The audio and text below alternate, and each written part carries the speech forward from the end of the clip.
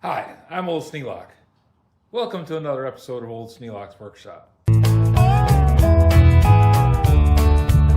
had an experience where I ended up going into the hospital. And it was because I passed out in the kitchen. Now, I'm not really sure what the cause was. The doctor said that it was more than likely sepsis. Sepsis caused by an infection in my legs called cellulitis. That's something left over from heart surgery 10 years ago. I've always had this edema in my legs, swelling. That causes skin to break down and opens a route for infection into your skin. So I've always had it for the last 10 years. So I also thought, I was welding galvanized, which mimics flu symptoms, and it's just not good for you. So I said, well, whether it's the cause or not, I think I should probably do something about welding fumes. I'm getting older, I'm not as resilient as I used to be, so I should probably take a little more precautions on what I'm doing. So I stopped at Harbor Freight and I picked up a filter for a welding helmet. Now, this is supposed to fit inside my welding helmet. We're going to see if it does.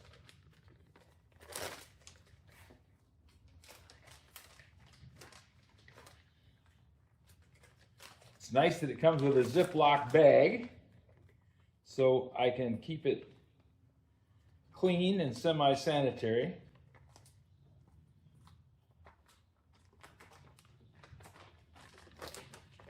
To get this opened up, just not going to be easy, I would imagine.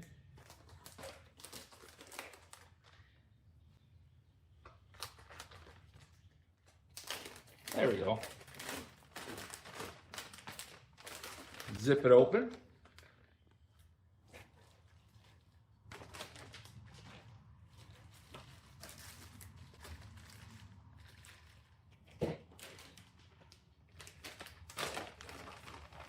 There's the filters.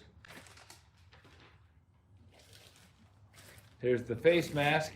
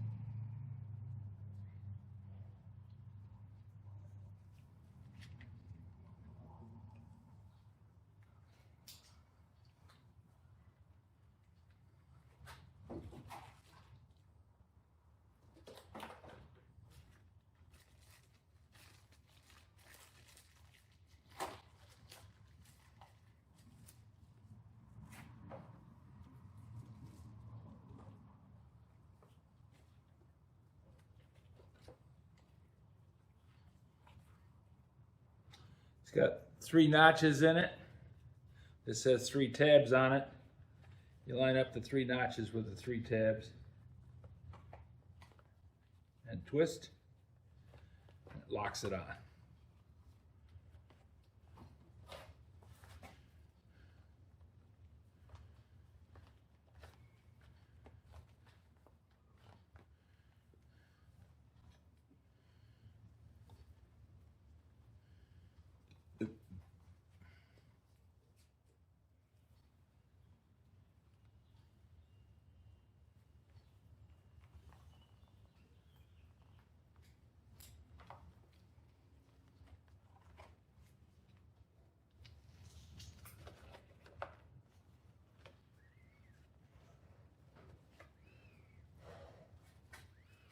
Now these flat filters should make it so that I can slip this welding helmet on. We're just going to check it.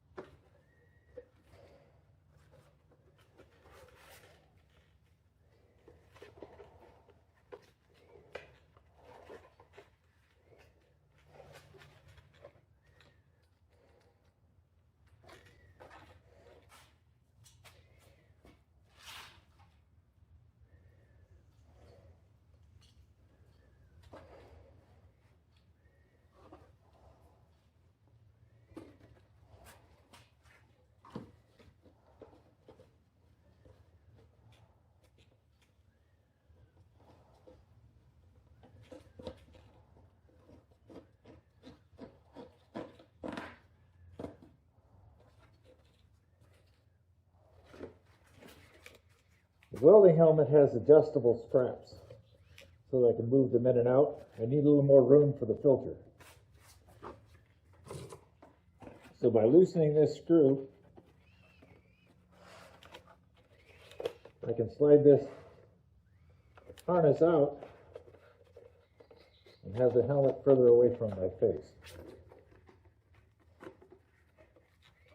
Just have to push in on the button, push in on the nut, and then I can draw that down. That should give me more room.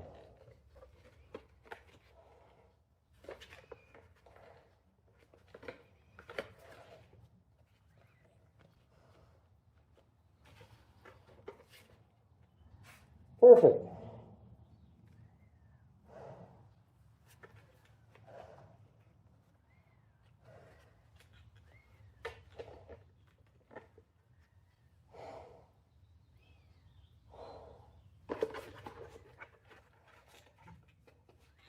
Okay, there's nothing to weld today, so I can just take this off.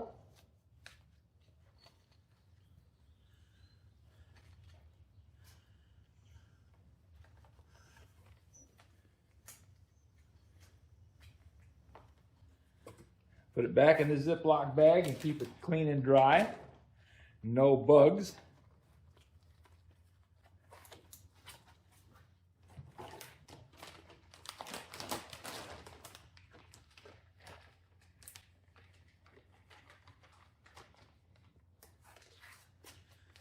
There. And it's ready for the next time I want to do some welding. This is a medium size. Seems to fit me okay. I have a rather large head, so it probably would be a little better with a large size. But it might make it too big inside this welding helmet. This is a rather small welding helmet. It's got rather sleek sides. My other welding helmets are much larger. But this is the only electronic welding helmet that I have that works. So, at least now I have some filtration. NIOSH 99.97 filtration efficiency, effective against all solid and oil particulate aerosols. In other words, fumes from zinc. Basically dust. This product helps provide protection from certain particulates found in welding, mold remediation, and activities generating silica dust at concentrations up to 10 times the permissible exposure level. Professional respirator kit for welding, silica and concrete dust and mold. Okay, quite happy with it. There's some notifications on here. Before use, determine if half-mass respirator is the appropriate respirator for your application. Yeah, I could buy a complete scuba set, but self-contained breathing, underwater breathing apparatus. But I don't think that's necessary. Does not provide protection against any gas or vapor, including carbon monoxide. Yep, okay. Does not supply oxygen. Yep. this respirator does not replace the use of adequate mechanical and exhaust ventilation. No, it doesn't. And I think I need to have a fan running when I'm running anything like welding galvanized, which I did. I had the fan blowing over me. Do not use this respirator in and around sandblasting operations or fumigation. Okay, not good for sandblasting. Do not use this respirator if you have a beard, facial hair, or other physical characteristics that may prevent direct contact between the face and edge of the respirator. My mustache is inside. If you cannot attain proper face fit, do not use this respirator or enter contaminated area. Change filters when breathing becomes difficult. You probably should do that more often. Respirators must be used in accordance with cartridge change-out schedule. Respirators must be selected, fitted, and maintained in accordance with the applicable health and safety standards. I was the guy who fitted respirators to the people at Metal Powder Components and United Technologies. I am trained in how to fit them. Before occupational use of this respirator, a written respiratory protection program must be implemented, meeting all the local government requirements. That's if I hire somebody to do it. I don't have to write a thing like that for myself. Do not use this respirator when concentration of contaminants is immediately dangerous to life and health, are unknown, or when the concentration exceeds 10 times the permissible exposure limit or applicable OSHA limits, whichever is lower. Do not use an atmosphere containing less than 19.5% oxygen or any atmosphere which is or may become immediately dangerous to health. Thing you have to be careful of, if you're using a MIG machine, it uses argon.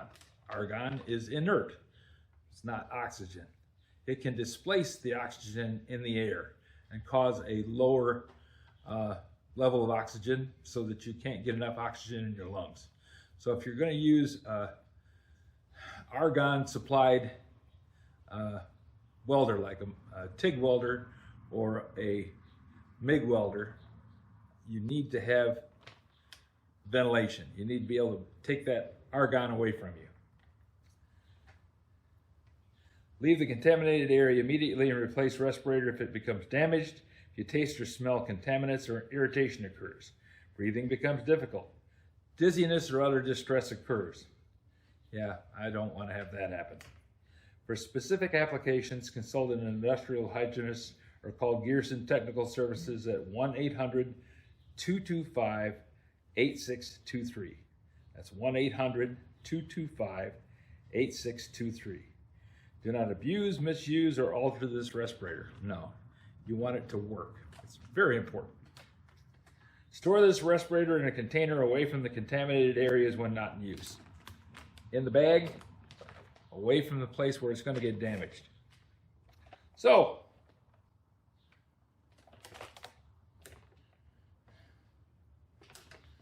I think this is going to work out all right for me. I'm not going to recommend it for anybody else. You should do your own due diligence because it's your life. I'm taking care of mine. You take care of yours. If you have any suggestions for a new video, questions about today's video, or any of the other videos on the channel, just drop a note in the comments. You know I read them all. Thanks for watching.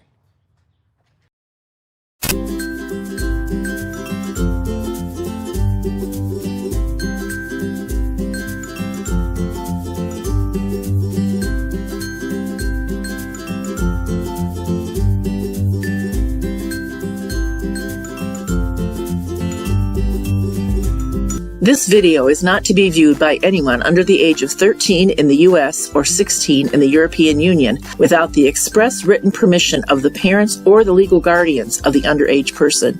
Such written permission must be on file at the local government entity in charge of enforcing the rules and regulations established by the FTC. Anyone violating these terms is admitting by default that they hold harmless the owners and operators of this channel. Any and all questions should be addressed to your local branch of the FTC.